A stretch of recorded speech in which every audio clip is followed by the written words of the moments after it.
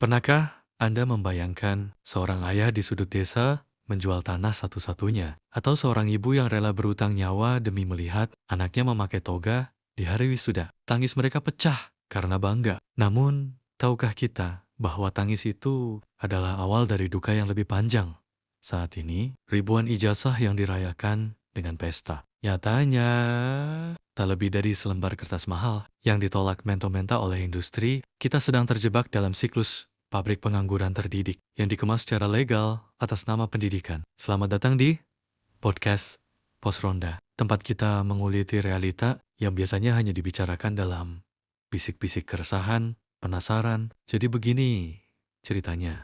Kita sedang berada di musim penerimaan mahasiswa baru. Tiap kampus berlomba memoles iklan, menawarkan mimpi setinggi langit. Tapi, mari kita bicara jujur. Banyak kampus saat ini hanya haus kuantitas, bukan kualitas. Hanya mengejar angka UKT untuk menambal operasional PTN, BH, tapi lupa pada tanggung jawab moral setelah mahasiswa lulus. Berdasarkan data 2026, meski pengangguran nasional turun, angka pengangguran sarjana kita masih berada di level kritis, yakni 14%. Ini ironi. Kita mencetak sarjana siula sedang mencetak barang di pabrik, tanpa peduli pasar membutuhkan barang itu atau tidak. Pemerintah tahun ini mulai berteriak, link and match. Ada integrasi data tracer tadi, ada ancaman potong subsidi, tapi pertanyaannya, apakah Ban PT berani? Harusnya, akreditasi bukan soal tumpukan dokumen administratif. Ban PT harus berani mengaudit. Jika sebuah prodi gagal menyerapkan 60%, lulusannya ke industri dalam setahun,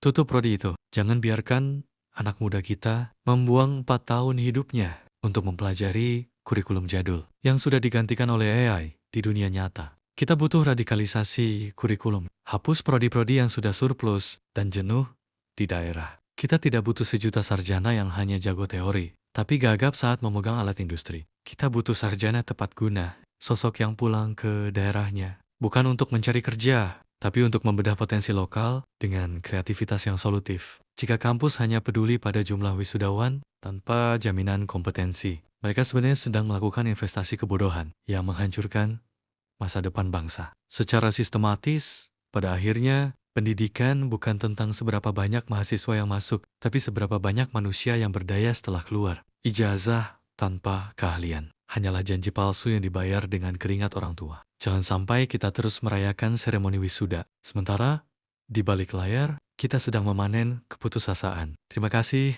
sudah meluangkan waktu di podcast Pos Ronda. Mari terus kritis agar tidak habis digilas arus. Saya Zerzer, pamit undur